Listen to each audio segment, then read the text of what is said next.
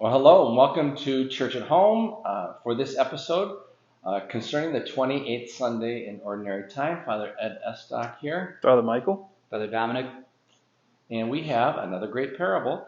This one is a bit confusing. I would say, I think I said in the bulletin, it's tricky because it's the wedding feast of the king and the invitation to come to the wedding. And so we have two groups of people here. We have a bunch of people that said, yes, I'll come. And then when the time came, they bailed. So we all know about that. If you planned a wedding for your kid, what do they say? 75% of the people that you invite to the wedding will say yes, and 10% of the people who say yes don't show. That's a stat from catering, by the way. I was a executive catering waiter in the day. But anyway, then there's the second group that went out and got the immediate invitation. So like, listen, are you free? We got this great party. And they said, oh, yeah, we'll come. And so then they show up. And unfortunately, among them, some of them thought they could just come any old way to the wedding. And they got in trouble. So they got thrown out. So we're trying to discern the lesson here in this gospel parable.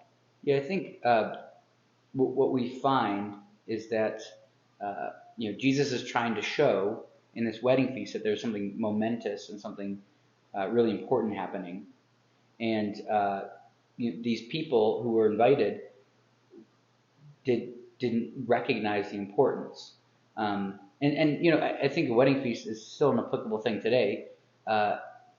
People whom we love, our siblings, our children, even grandchildren, when they have a wedding, we're not going to miss it.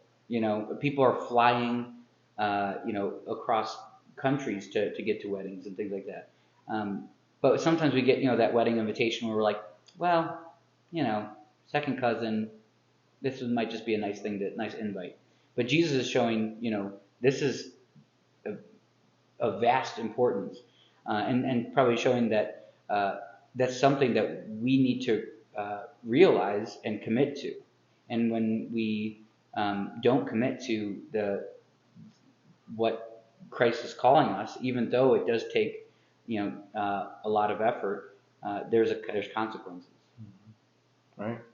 Yeah, we're kind of boiling it down to the fact that we reveal the value of something or someone by our willingness to amend our other priorities around that.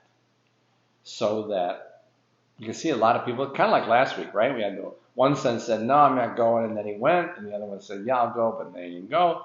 So the people, we reveal the priority or the value that something or someone has in our lives based on our willingness to rearrange life to make it a priority. Somebody said, great, you ever get somebody who's like an addicted runner?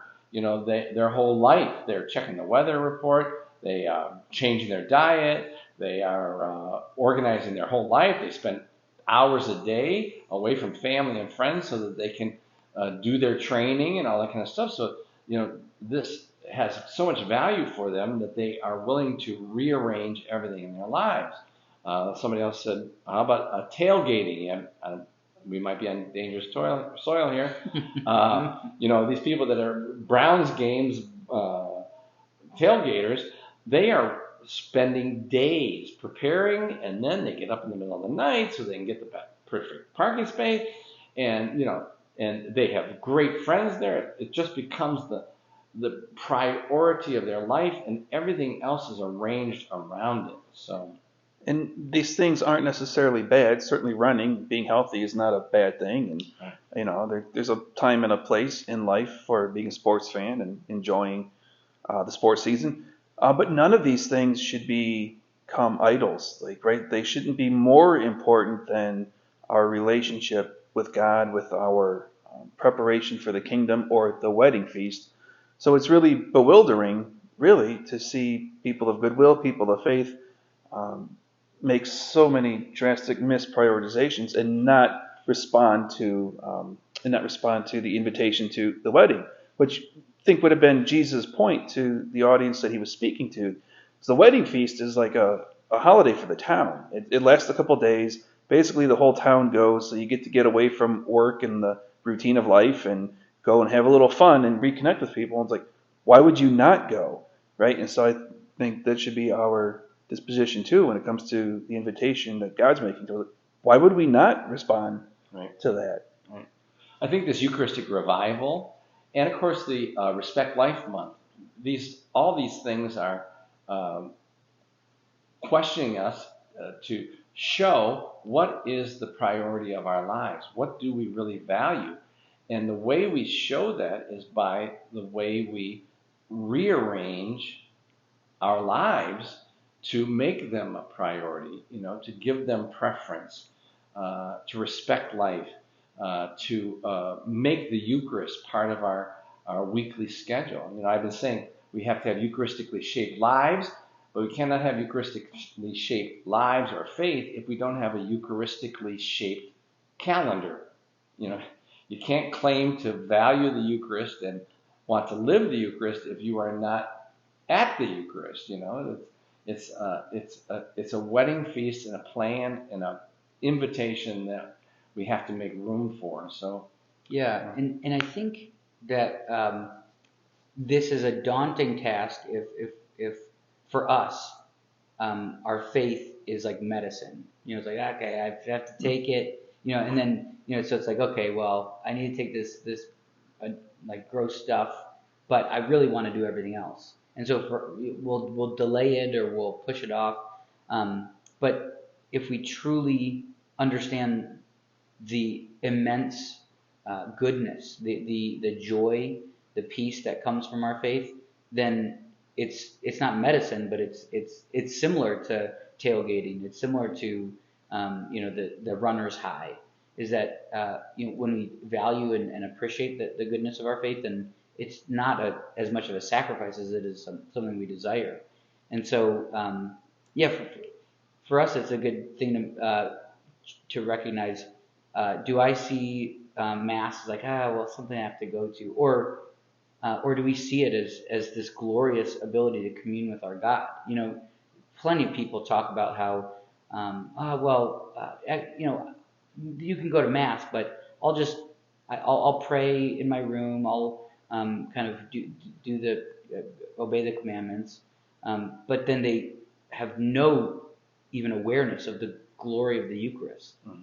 And as Father Ed was saying, the sacraments and the grace from our Eucharist. Mm-hmm. Yeah, it's a difficult time because I know most of you, if you're listening to this, the wedding feast of the Lamb in the Holy Eucharist is a priority for you, and you are arranging your life. So, but it is painful for you, I know, to see people that you got, what was it? You have to go to Mass or you have a mortal sin. Well, that's how most of us were taught, right? So we probably have shot ourselves in the foot. But the other is that how people can say, oh, I joined this non-denominational church and it's just, oh my gosh, I never met Jesus before and all that kind of stuff. So you just walk away from the Eucharist. So, there is a shift going on here. We could all give better witness to the glory of the Holy Eucharist and the power of it and its grace in our lives, rather than, well, we're observing the rules of the Catholic. I'm a good Catholic because I keep all the rules. Those are two different ends of the same stick, but we might want to think about that as far as evangelizing and helping people to return to Christ in the Eucharist. So.